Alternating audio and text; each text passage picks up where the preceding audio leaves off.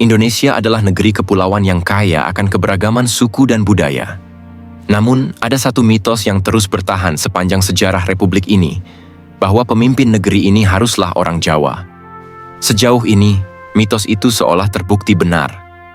Dari Soekarno hingga Prabowo Subianto, hampir semua presiden Indonesia berasal dari suku Jawa. Hanya satu pengecualian, B.J. Habibie, yang bagi sebagian orang lebih dianggap sebagai pemimpin transisi. Menariknya, kepercayaan ini tidak muncul begitu saja.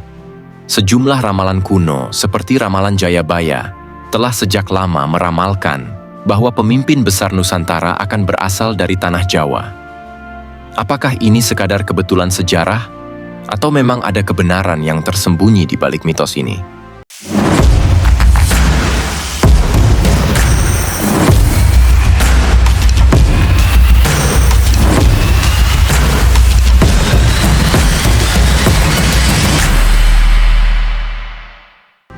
Sejak Indonesia merdeka pada 17 Agustus 1945, ada satu pola yang terus berulang dalam sejarah. Kursi Presiden Republik Indonesia selalu diduduki oleh politisi berdarah Jawa. Dari 8 orang yang pernah menjabat sebagai presiden, 7 diantaranya berasal dari etnis Jawa. Kita mulai dari Soekarno, sang proklamator yang lahir di Blitar, Jawa Timur. Lalu ada Soeharto, pemimpin Orde Baru yang berasal dari Bantul, Yogyakarta. Megawati Soekarno Putri, presiden perempuan pertama Indonesia, juga lahir di Yogyakarta. Kemudian Susilo Bambang Yudhoyono, yang berasal dari Pacitan, Jawa Timur. Lalu ada Joko Widodo, pemimpin ketujuh, yang lahir di Surakarta, Jawa Tengah. Dan terakhir, presiden saat ini, Prabowo Subianto, yang memang lahir di Jakarta, tetapi ayahnya berasal dari Gombong, Kebumen, Jawa Tengah. Satu-satunya pengecualian adalah B.J. Habibie, yang lahir di Parepare, Sulawesi Selatan. Namun, jika ditelusuri lebih jauh, ibunya ternyata berasal dari Yogyakarta. Jika kita telusuri lebih dalam, ada fakta-fakta menarik yang mungkin bisa menjawab pertanyaan ini. 1. Suku bangsa dan etnis Jawa mendominasi Indonesia. Mari kita mulai dari data yang tak terbantahkan.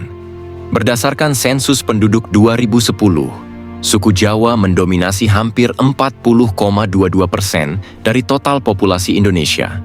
Itu berarti 95,2 juta jiwa dari 236,73 juta jiwa. Dengan jumlah sebesar ini, Jawa menjadi ladang suara terbesar dalam setiap pemilu. Lalu, apa dampaknya? Secara matematis, siapapun calon presiden yang berasal dari Jawa memiliki peluang lebih besar untuk menang. Ini bukan sekadar kebetulan, melainkan pola yang sudah terbentuk sejak awal sejarah kemerdekaan Indonesia. Mari kita mundur ke tahun 1945.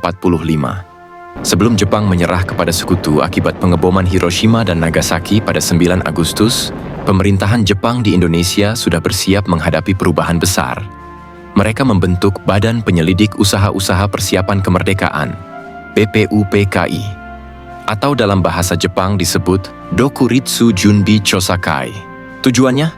Untuk merancang kemerdekaan Indonesia. Namun, lihat siapa yang mengisi kursi-kursi penting itu. Dari 67 anggota BPUPKI, mayoritasnya adalah politisi beretnis Jawa. Bahkan, jabatan ketua dipegang oleh Dr. K.R.T. Rajiman Wedyodiningrat dengan wakilnya Raden Panji Soeroso, keduanya orang Jawa.